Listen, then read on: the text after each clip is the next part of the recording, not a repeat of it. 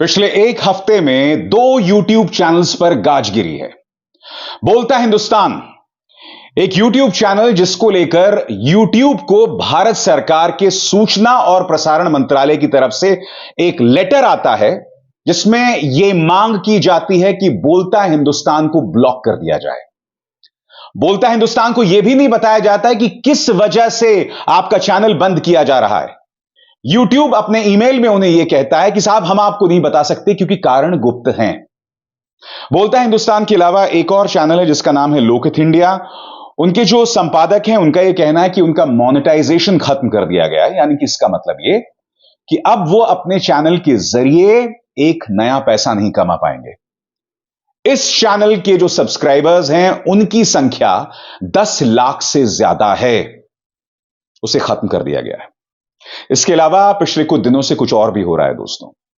Facebook की अगर बात करें तो पिछले करीब आधे साल से ज्यादा में इन चेहरों पर गौर कीजिएगा, रवीश कुमार, अजीत अंजुम, साक्षी जोशी, सत्यहिंदी.com और मैं खुद, हम सब की रीच, हम सब की पहुंच बहुत कम कर दी गई है। यानी कि पहले हमारे चैनल को अगर 100 लोग देखते थे, अब मुश्किल से 3 या 4 लोग देखते हैं। मैं सिर्फ आपको एक आंकड़ा दे रहा हूं। इस तरह से कमी आई है हमारी रीच में, हमारी पहुंच में। फेसबुक में सत्ता से सवाल पूछने वाले पत्रकारों को लगभग साफ कर दिया गया है। अब उनके कार्यक्रम नहीं पहुंचते हैं जनता तक। और यह सब हो रहा है चुनाव के मौसम में। मैं आपसे एक सवाल पूछना चाहता हूं, क्या इसके पीछे साजिश है? मैं आपसे एक और सवाल पूछना चाहता हूं, अगर बोलता हिंदुस्तान ने कुछ गड़बड़ की है तो क्या उन्हें बताने की जरूरत नहीं है? क्या यह पारदर्शिता के मायने नहीं है कि अगर आपने कुछ गलत किया है तो आपको बताया जाए आपने गलत क्या किया है? क्या यूट्यूब यही पैमाने जो हैं अमेरिका में भी अपनाता है?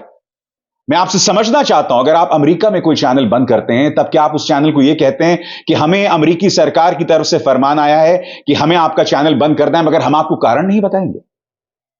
अगर बोलता हिंदुस्तान ने या लोकहित इंडिया ने कुछ गलत काम किया है तो आप बताइए, मगर आप कारण भी नहीं बता रहे हैं और आपने उस चैनल को बंद कर दिया है। आपने कई बार सुना होगा दोस्तों कि राहुल गांधी अक्सर कहते हैं कि विपक्ष से जुड़े जो लोग हैं उनकी पहुंच को यूट्यूब और फेसबुक में कम किया जा रहा है। मैं आपसे एक सीधा और सरल सवाल पूछता हूं, मुख्यधारा का मीडिया यानी टेलीविजन चैनल्स जो 99% भारतीय घरों तक पहुंचते हैं, वहां पर सिर्फ वही पत्रकार हैं जो सरकार की बैटिंग करते हैं, जो भारतीय जनता पार्टी के लिए वोट बटोरते हैं। सिर्फ यही न्यूज चैनल्स हैं। इन तमाम न्यूज चैनल्स में एक भी ऐसा पत्रकार नहीं है जो सत्ता से सवाल कर सके। एबीपी न्यूज के संदीप चौधरी एकमात्र ऐसे पत्रकार हैं जिनके डिबेट्स के क्लिप्स मैंने देखे हैं जिनमें वो अक्सर सत्ता से सवाल करते हैं। यानी कि एक पत्रकार के अलावा एक भी ऐसा कोई पत्रकार नहीं है। 2018 में मैं और पुण्य प्रसून वाजपेयी एबीपी न्यूज में हुआ करते थे।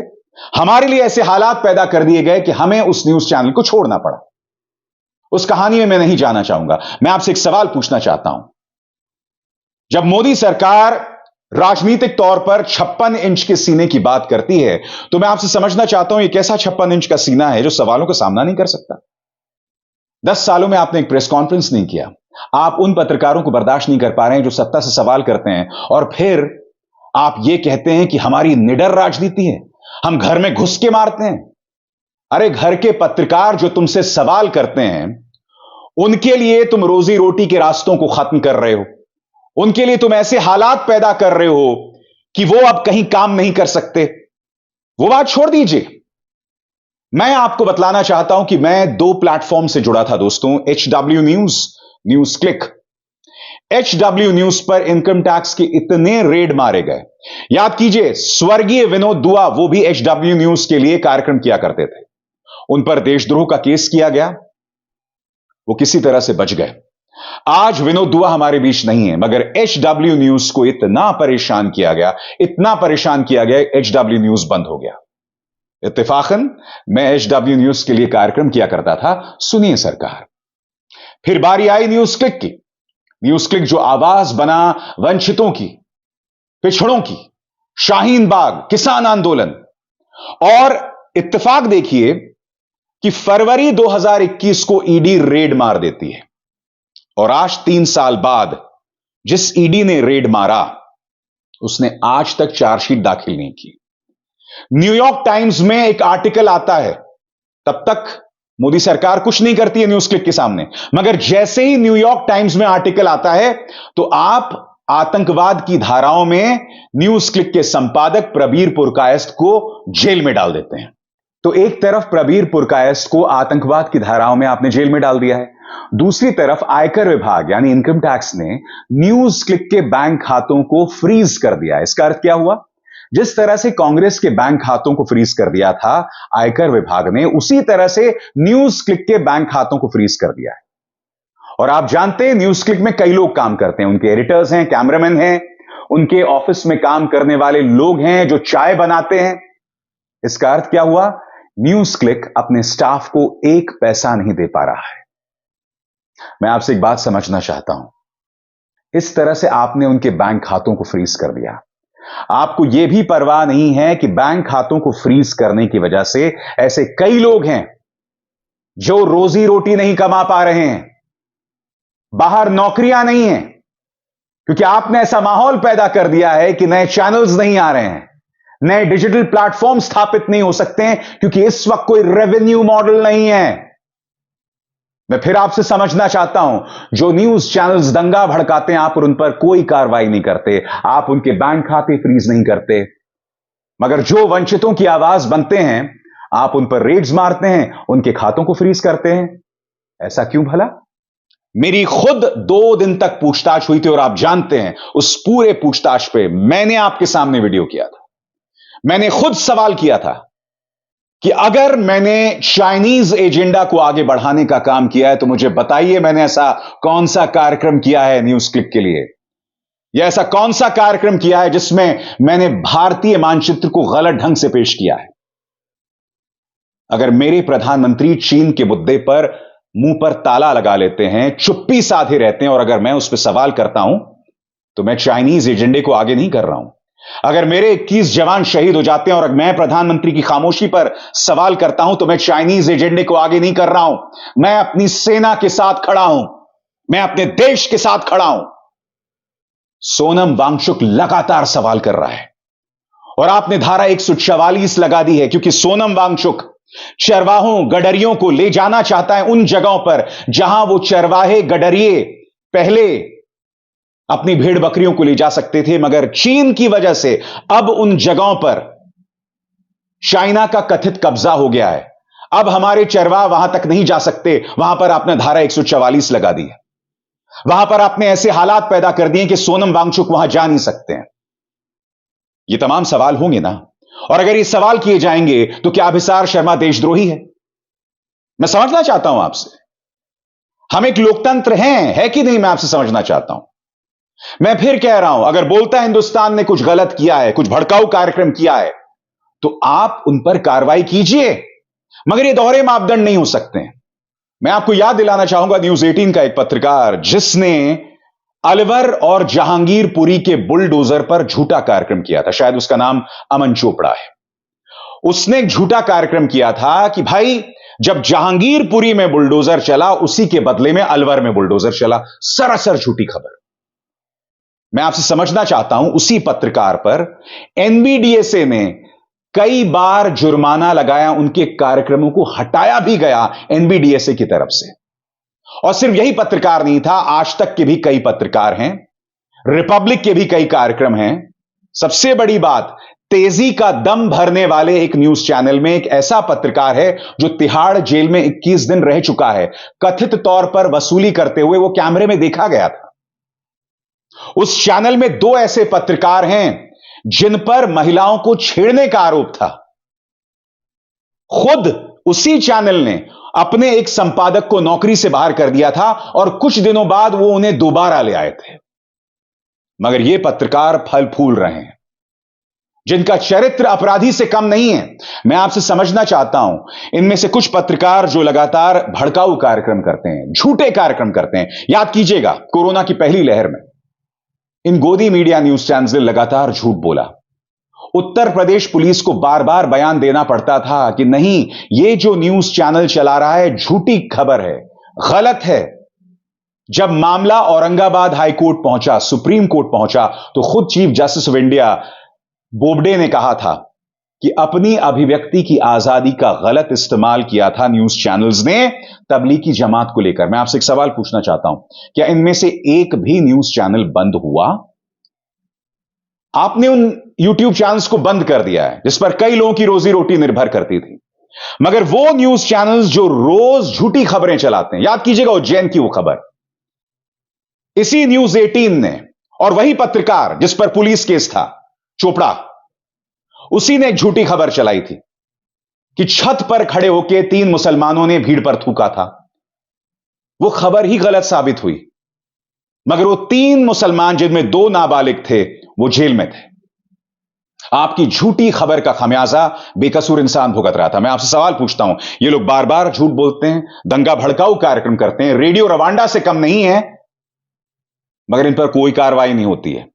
कई मामलों में जब दूसरे राज्यों की पुलिस इनसे पूछताछ करने के लिए आती है या गिरफ्तार करने के लिए आती है, तब उत्तर प्रदेश पुलिस या भाजपा की पुलिस उन्हें बचाती भी है, उन्हें छुपाती भी है। ऐसे ढेरों मिसाल हमारे सामने है। जी न्यूज की एक मिसाल, जी न्यूज के एक एंकर की मिसाल हमारे सामने है।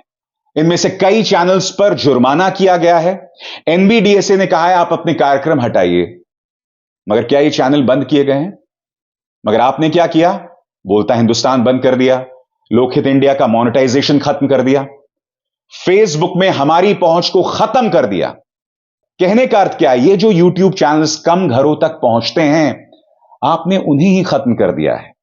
जिनमें कई लोगों की रोजी रोटी है, आपने उन्हें खत्म कर दिया। मगर दूसरी तरफ दंगा भड़काऊ न्यूज चैनल्स पर कोई कार्रवाई नहीं होती है।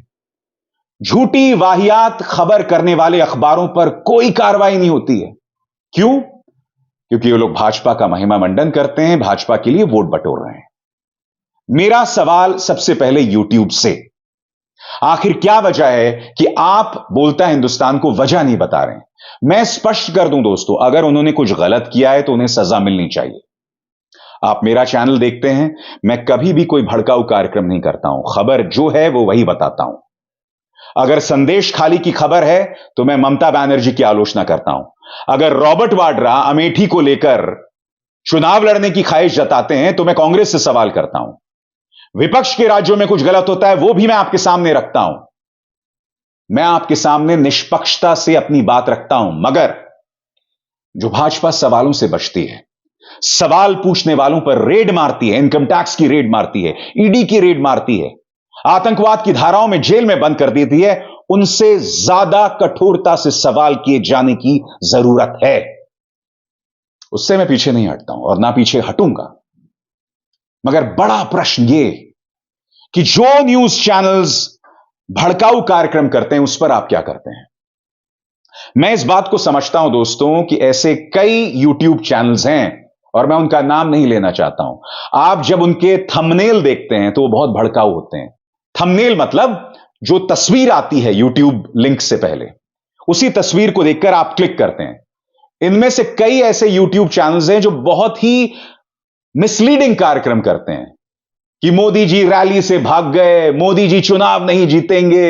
यानी कि इन न्यूज चैनल्स को आप देखें तो आपको ऐसा लगेगा कि प्रधानमंत्री नरेंद्र मोदी पार्षद का चुनाव भी ना जीत पाए।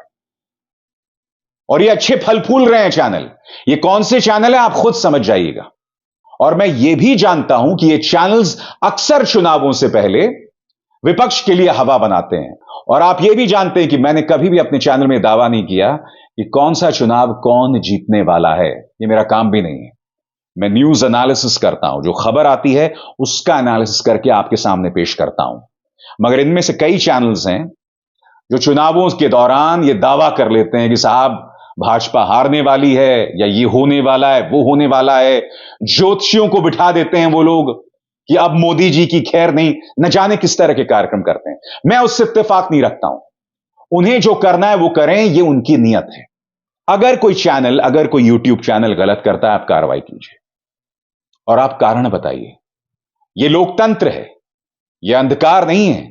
यह काला कुआं नहीं है कि आपने फरमान दे दिया कि हमें सूचना और प्रसारण मंत्रालय से एक खत आया था, एक ईमेल आया था और उसके आधार पर हम आपका चैनल ब्लॉक करें। अरे उन्हें वजह तो बताइए। वजह बताने में आपको क्या दिक्कत है? किस बात का डर है? और सबसे बड़ी बात, मोदी सरकार क्या इंप्रेशन देना चाहती है दुनिया में? क्या आपको अपनी छवि की कोई परवाह नहीं है? देश की छवि की आप बखिया उधेड़ रहे हैं भाई। आखिरकार हम एक लोकतंत्र हैं कि नहीं है? और फिर आप दोष मढ़ते हैं कांग्रेस पर 1975 से 1977 के बीच के वक्त का, जब आपातकाल था। आज क्या हो रहा है मैं आपसे समझना चाहता हूं।